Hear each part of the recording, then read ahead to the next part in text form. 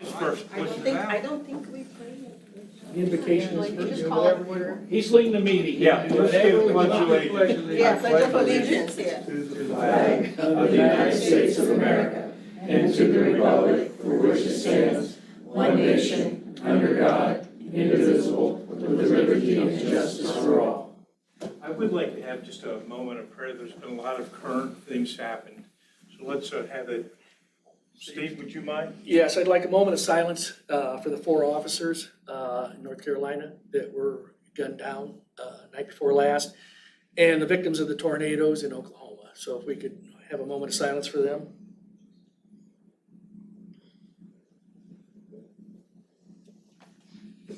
Thank you. Very good. Thank you, Steve.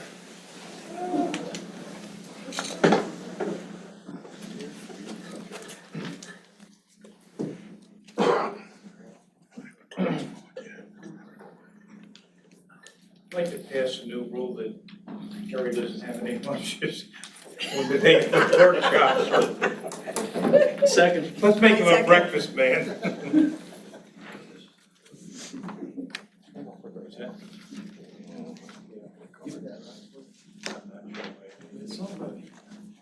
Right, right. Mike? Mr. White, do we want to go on to number 2 and start Let's number go 2 to instead? number 2, thanks. Yeah, and then, because we got some folks here that are consultants, so, and they're on the clock, so if they're sitting there, we're paying them, they ain't doing nothing. All right, so why don't we start Mr. Davis on number 2, and then we'll come back when the mayor gets. You guys need to do 6 minutes and 5 minutes. That's right. Thank you, Mike, good suggestion. Thanks, Matt. Good, yep. So good afternoon, everyone. Yes, Wooden Partners, along with their partners, Cord Atkins Associates, they're here to give you to give you an overview of the final design of the Veterans Park. As you know, we've been through a very public process, and the last thing we did publicly was we met with the veterans again just to get their specific input, and they've taken all that and put that into what I think is a really great looking design. It's something we can be very proud of, but they're going to go over that. So I'm going to turn it over to them and let them tell you what they've come up with. And Matt, thanks for all your coordination with the outside folks. We appreciate it. Yeah, maybe I can advance or if you. Get that one. Let's start, Harry. All right, there he is. Did you have a good lunch? No. Good afternoon. My name is Todd Theodore. I'm with Wooden Partners. David McAllister here. He's going to hand out what we're presenting today. Other team members is Cord Atkins, Jason Broney, and James Atkins is here. And I'm sure a lot of you are familiar with our civil engineer, Ward Edwards, is assisting with this project as well. We started this project back in 2000. I think we kind of went through the COVID period through some of that, looking at the municipal hub, and got a lot of good public input, and obviously came to the point of where now we have this initial phase, which is the Veterans Park, which is kind of a bookend to that portion of the block. And the Veterans Park, we started out with a kickoff in August of last year. We presented schematic design in November. And then at the end of January, we had kind of a veterans focus meeting at that time as well. So we have a lot of good public input. Since then, we've been advancing detailed design for the project. So there's some design components that we've been advancing, but we've also at the same time advancing basically construction documents. These are documents that tell a contractor how to build this set.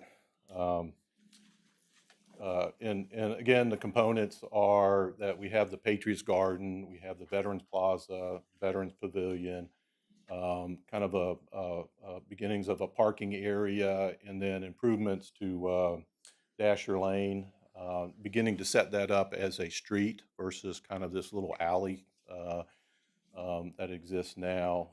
So it begins to set up the future as well for how the rest of the hub would be build out. So this is kind of taking all that into consideration. You you've seen this perspective last time, is what this would look like from a street view. And obviously, we've been working on the details of what goes inside the park area, the pavilion and all that. Included here, just so you kind of see what we're advancing. These are the technical drawings that basically, tell how to build it, instructions to the contractor, and assist with pricing as well. This is one of our site development plans. Ward Edwards isn't here, but they've been advancing the utilities. I think we mentioned the last time that the water table here is pretty high, so there's a fair amount of infrastructure that's put into here, and we've raised the site. We talked about that we basically utilize the existing detention area that's behind the fire station, but we had to expand it to accommodate the added surface areas that were going to impact storm drainage. So basically, part of the footprint is over top of where we were showing early on where a playground was going to go. But we still allocated room for, as the municipal hub moves forward, of adding the parking and the sort of that Greensward Park that runs Martin Street to Dasher as well. As I mentioned, our last meeting that we had in January, we had a lot of good input from the veterans. And this is just some imagery of some examples of obviously identifying the military seals, how the plaza is going to work, and when there's big events and things like that are going on, and how it can then play into that garden, the Patriots Garden that we have, that it can be sort of a contemplative space with landscaping and color, seasonal interest and things like that, but also accommodate big events so that you can put chairs out there and kind of have a bigger viewing audience, and gives you flexibility for different types of events, but mainly focused on veteran events and things like that. And we talked about monumentation, keeping it simple, but the feedback that we had that they preferred not to use the black granite, so we're looking at using a Georgia gray granite for the monumentation, and just obviously recognizing the first responders and things like that. And some of this will be addressed under the building, and the architect will talk about that as well.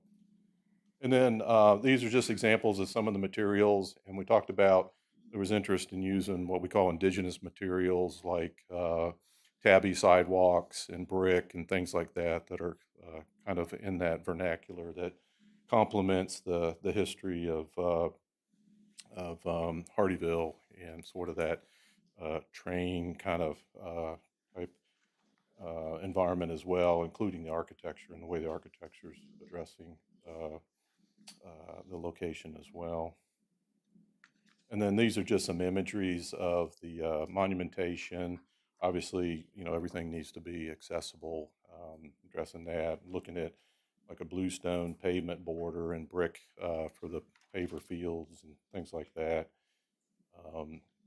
The space where you have the Patriots Garden and then the plaza area, and then obviously the building is here as well. So you have, this can be used year round as a park, a passive use park, that kind of thing. But then all of this can be energized by different size events as well.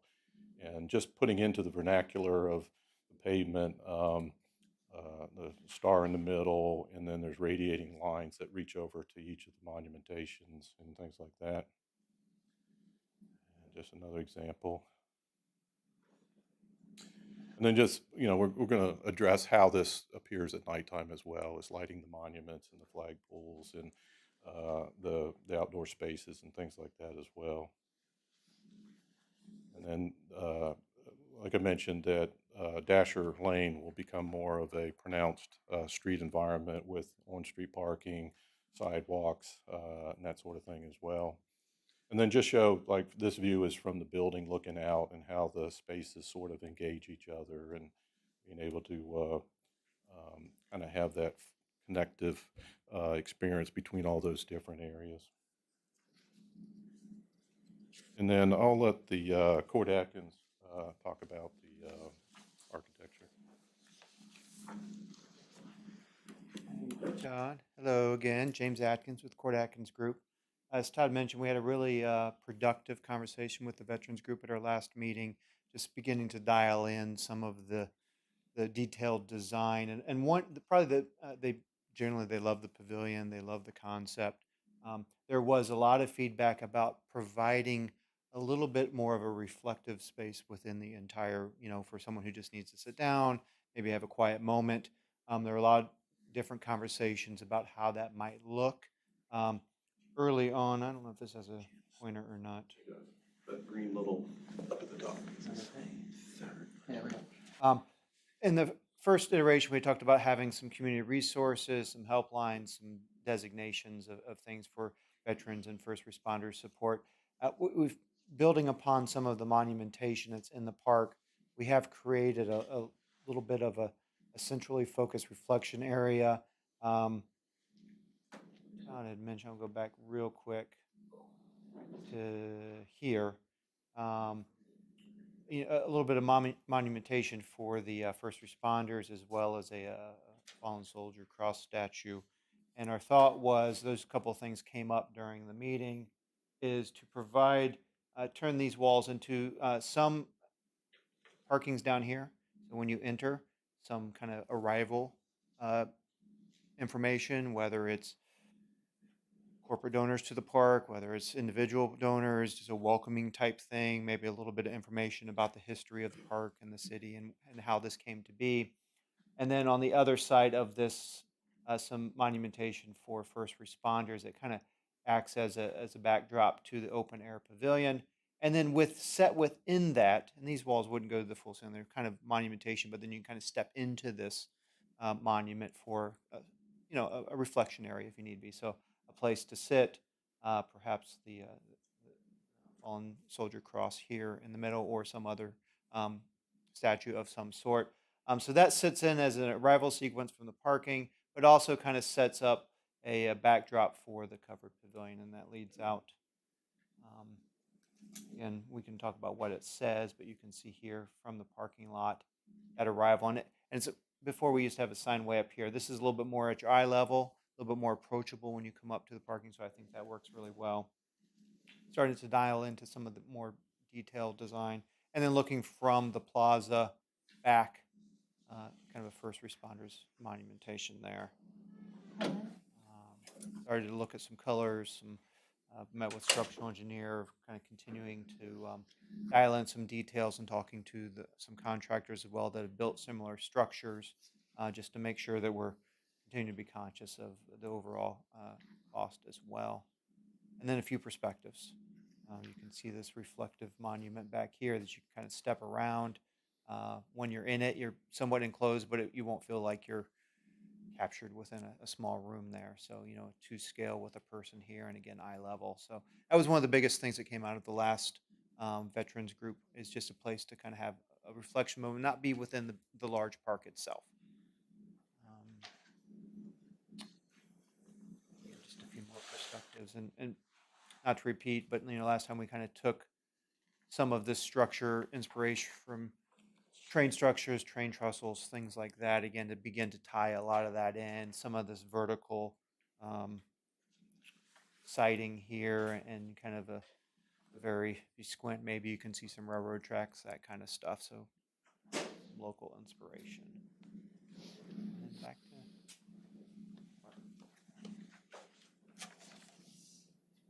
That was it. So, any questions, comments?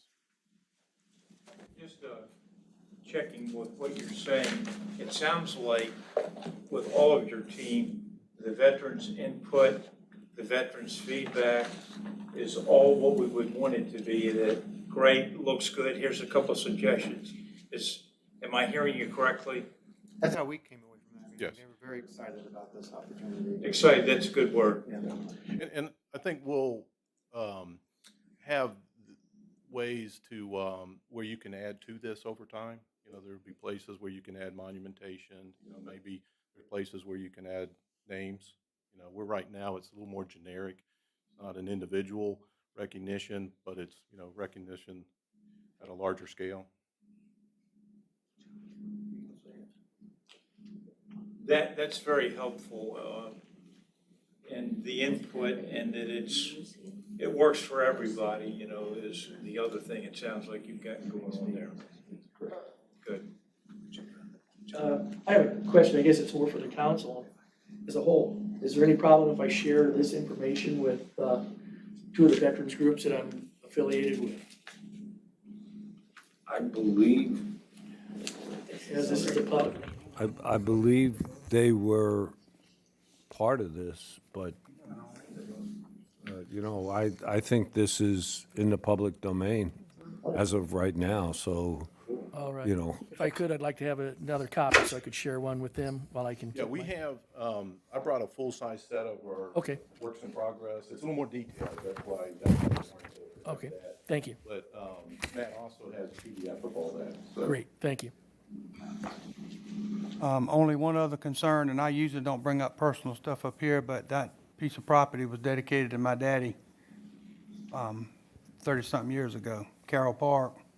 So some place in that park needs to be dedicated to him or something. I think we brought that up before, but the city dedicated that to him. You for did, his- and we'll just take your guidance on that. You know, where you want to see that recognition, whether it's over the arch or any of that. Well, somewhere, because like I say, he was, not only was he 40 years, but he was a first responder because he was a doctor. So I mean, it would all that could fit in and. John, didn't we, and I thought that we had this discussion earlier, and the council all agreed that this, didn't we say this was going to be Carroll Memorial Park? Well, they had Didn't we been say, brought up. did we say that? I Matt, thought we had done that. We had said yeah, like, I thought we, yeah, the Carroll Memorial Veterans Yeah. Park. I think there may be misunderstanding on one side or the other because TB Carroll Park is on the other side of the library. This is where the Dasher House was, which was never a park. TB Carroll Park is. no, right but, yes, I think we Yeah. understood I that. guess But that I was thought the the confusion. conversation was that we wanted this to be TB Carroll Memorial Park. I mean, there is still, as we develop the hub, there are other park areas there, like where the train currently is, which is signed TB Carroll Park right now, and that would obviously still be that. So Well, again, I- whatever you all decide, but that was, I guess, maybe a. We'll have to bit of bring confusion, that that's all. up to a vote with the whatever- council, whatever. but it's I think we already have that area designated. Absolutely. We had talked about, since this will all be part of the hub and part of the TB Carroll Park. That's we- perfectly fine. We just, misunderstanding probably on my part more than. Well, that's why I asked John, who we should bring this back up, because as you design that archway to entranceway, if this council is all agreed, and if we need to have a vote, let's have it. But I think we should respect what's there, just like we're respecting the train. That this should be called TB Carroll Park. John? Easily handled. TB Carroll and Veterans Park, because TB Carroll Carroll and Veterans, Veterans, or it's Memorial Park. Memorial Because we're first responders and veterans.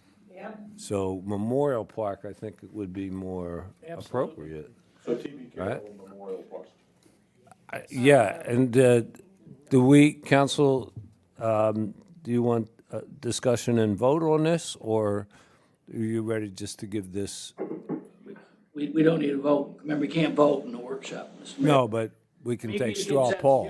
Consensus, it's Whatever- easy. Whatever direction the council wants Easy to go, change that. We'll make it happen, so. if So why everyone- don't you, Mike, would you bring this up to an Thursday. official council vote? We can do it. And that way it gets debated and then voted. Can do. Absolutely. Well, that's just a piece of business to be finished. Thank you. Any more questions? I think that this is phenomenal. Something I asked for and could never have envisioned the scope of what you've done, so my compliments. But I also, and I'm going to direct this not only to the city, but to Jen, we talk so much about sports tourism. I think this is an opportunity for cultural tourism that could, be a real plus to our city. And I know at a recent meeting, we talked about how to utilize the old city hall. I would still like to see a historical museum in Hardeeville and talk about using Old City Hall. It's right there. If we could have a museum, with all the history of Hardeeville. I can't tell you how many people who first time here and they see the historical pictures out there and say, "Oh, that's great," So I think we could do a lot to make this area a source of cultural tourism. Yeah, obviously, you own the whole block, so there's a great opportunity to take this Veterans Park and tie it into something bigger and make it more of a destination, more of a tourism thing as well, as you mentioned. And besides, it energizes that whole neighborhood as well, so it's a great plus. So I'm leaving office the end of the year. Will this be done by then? I'm sorry? Just my sixth sense of humor, sorry. Spin the leg. Mr. Mayor, may I suggest if we want to get this up for a vote for tomorrow's meeting, we get it in under the 24-hour change, that Robin get that agenda change prior to 5 o'clock today? Is that possible? Can we do that, Mike? Can we We can. get it on? After we get Okay. done, we will go and make a I'm okay for getting it on the agenda because we let it go, we forget this conversation, and then, you know what to do, and, okay. Thank you. All right, thank you very much.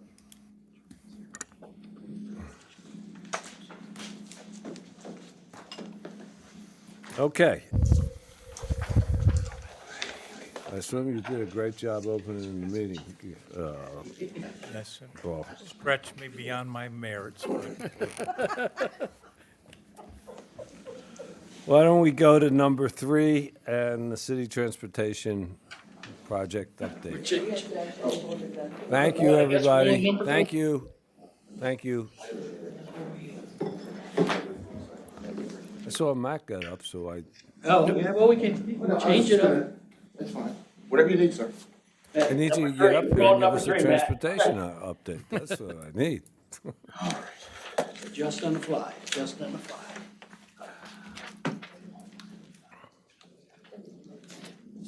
Earning your money today, Matt. So much for an agenda. No. I mean, everything, the mayor was late, that never happens, we're swapping the agenda around. What's going on? All right, yes, we did want to give you an update on our proposed transportation improvements and what's happening, and obviously, as we all know, it's one of your, top 2 topics, probably usually is traffic, so anyway, want to give you a quick update. So this is just sort of kind of playing with me. An overview slide, so I'm going to talk about 7 different things. First to be the New River signal, the temporary signal. We expect to actually probably put that out to bid next week, so that's exciting. Figure 45 days or so to get the bids out, bids in, and mobilize and all that good stuff. So after that, then once construction starts, we anticipate about 90 days for that particular signal. So definitely this summer, that should be done. Then, of course, everyone's favorite intersection, the Argent Shortcut, Jasper Station. We're getting down to the very end, and we're going to get a little detail on several of these in a moment. But we still have what they call the dry utility coordination. You have Palmetto Electric, you have Hargray, you have Spectrum, et cetera. So Dominion Gas. So there's a lot of other utilities as well as that water line we have to deal with.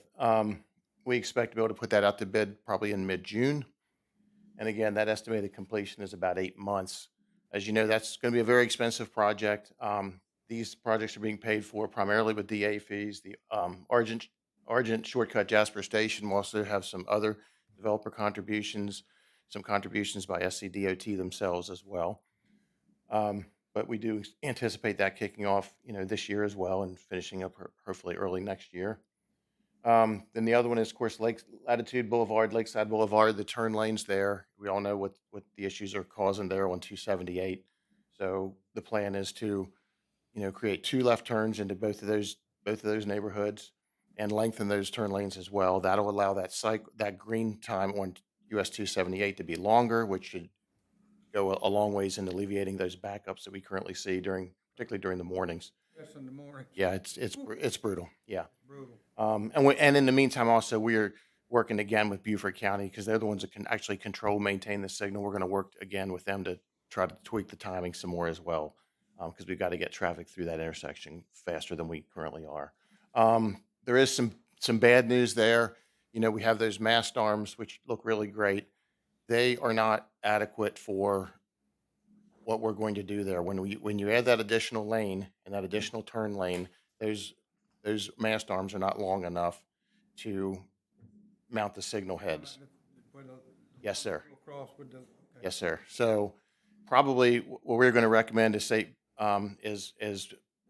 poles with wires for the signals as a kind of a temporary solution. And the reason we're recommending that is I would hate to see the city yet again put in more, steel poles that are going to have to be moved and or resized again when we ultimately get to where we want to be, which is the widening of 278. So I just, it's killing me that we're going to have to rip those out, but there's no other option. I mean, it's not possible to use the ones we have. So unfortunately, hopefully we can repurpose them somewhere else. I think that's a possibility. Did want to let you know that. US 278 and Argent Boulevard, as we've talked before, that's a SCDOT project. That's not our project at all. Still, I know that project, as I told you before, has turned into more than just the signal they were going to do. My understanding is now they are going to lengthen that left turn lane onto Argent, which is sorely needed, as we all know. And also, I'm understanding a deceleration lane if you're headed westbound on 278 to then turn right onto Argent, which, gets that fast-moving traffic, keeps that moving. So when the turning, so that's good. Should be sometime this year. I don't have any more. The SCDOT just keeps kind of, fiddling around with it, for lack of a better word, technical word. Then we have the New River signal, New River East Argent Parkway, Argent, the permanent signal. As we said, the first thing, we're doing that temporary signal to get some immediate relief because we have a lot of issues right now. But the full signal will create, a full-blown intersection, longer turn lanes, widening of the road and widening of Argent in that area. That's a lengthy review. Once you get into all that widening, there's wetland impacts. So, probably you're looking at towards the end of this year or even early next year before you have environmental approvals on that, which is one of the reasons why it was suggested that we go ahead and do a temporary signal that DOT was comfortable with so we can get some relief immediately. But that is the long-term plan. So hopefully we can sometime next year in 2025, that will be bid out as well. And then finally, as you know, the US 278 corridor study, I know they came here earlier and gave you some of their existing conditions findings there. That's almost complete. But in conjunction with that, we've meeting with all the owners and developers and builders of the big properties along 278 to make sure everybody's on the same page. Again, I'll talk about that in a little bit. And we've also now started having a third party review all their traffic impact analysis to make sure that it's apples to apples and everyone's using the same data to make their comparisons. And then finally, just obviously, the long-term solution is to widen 278. That's obviously a regional problem with a regional issue. Certainly, the mayor and I talked today earlier, and we both agree, and most everyone understands. 278 through Hardeeville is a big deal for Beaufort County and Bluffton, Hilton Head as well. They have a lot of employees that travel on 278, and they're having a hard time getting through here as well. So it's good because everyone realizes it is a regional issue, and we'll have that cooperation. We've already had many conversations with Beaufort County, Jared Fralix in particular, and so hopefully, with like the transportation sales tax that is going to be a referendum this year, that'll be one funding source, and obviously there will be others as well. But we're working on that, and then just to get into a few details. You have to put it away from your body so the transmitter out back can pick it up. That's what I was told. That's why I was having problems last night. You have to wave it around your head, You man. gotta push the, Just like your dad did when you were a kid with the antenna. Yeah.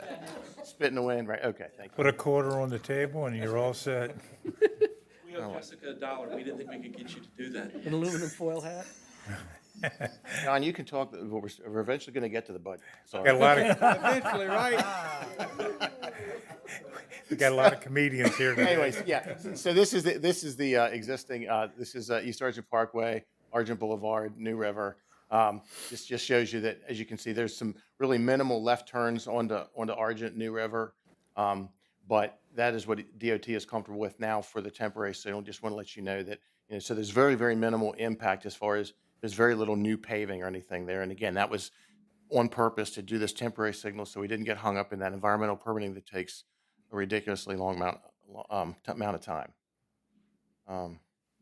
Then Argent Shortcut, I want to show you, so this is obviously, the intersection. This is Argent, Jasper Station Shortcut.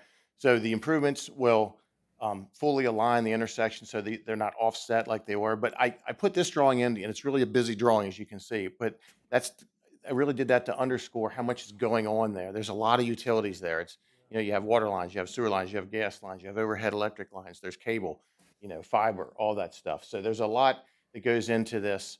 But ultimately, there will be dedicated lefts, right, and through lanes. So, there'll be a full intersection. And then also along Jasper Station, along here, there'll actually be a concrete median, so to make this traffic flow even better. So, and then the other thing is we're wrapping up our right-of-way acquisition. As you can see, there's also a lot of different properties involved. So city attorney's been a big help in that and working with these various property owners. We need some we need additional right-of-way from, several we need just construction easements that are, will be temporary. But that's where we are with that, and we anticipate that wrapping up really soon. We've had several calls even again this week. So I think by mid next month, we should be able to bid this project as well. One thing, Yes, sir. I know you say there's a lot of utilities, and some of the utility companies working with us, I know Beaufort Jasper Water is not, right? Well, actually, we're good with them now. Oh, really? Yeah, Wow. we finally got there. That was a struggle, but Last time you said, yeah, it was difficult because we are going to have to relocate almost a half a mile of that water line, which has added a good bit of cost, but at least it'll be in the right place when Argent's will ultimately widened. But yeah, we're dealing with the others as well, and work with us. yes, sir. And we're working, through our consultant on this project is Thomas and Hutton, and they're working with all them to get all that squared away so we can go out to bid, and we're wrapping that up right now. And again, this is the turn lanes there on 278 at Lakeside Boulevard, Latitude Boulevard, and again, you can see, we're creating the two left lanes where now there's just one short one. And then I know Ms. Guzman's going to ask, I'm going to head her off the pass that as soon as this happens, you will get that protected left into Hilton Head Lakes because we're adding that additional lane. So, yep. So, we tried everything we could do to get it now when we've been rebuffed. But anyway, the good thing is there's no environmental impacts really, and there's minimal utility work because most, the work is really here for the most part in the median, and then we'll just have to reset the poles in these corners, and we'll do that. But that's coming along, and we anticipate that work starting, hopefully sometime mid to late summer would be ideal. How much are the left turn lanes being lengthened, Matt, do you know? I think they're 400 feet. Can you zoom in? No.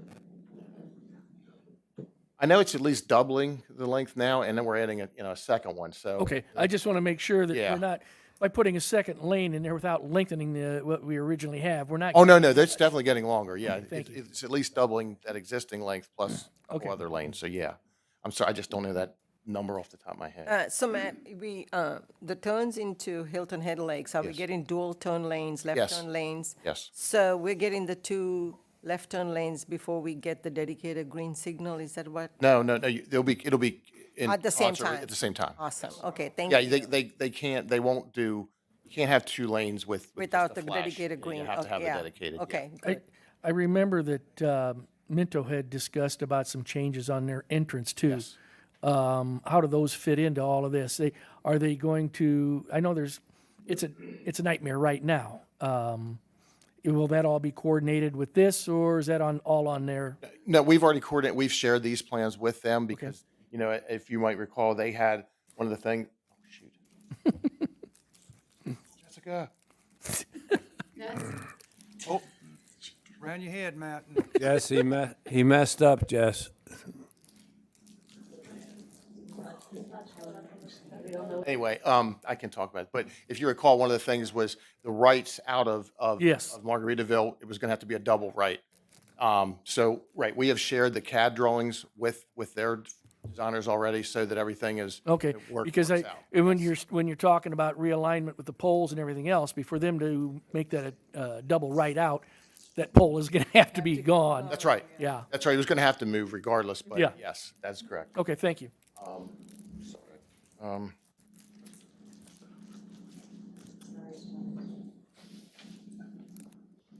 what's going on?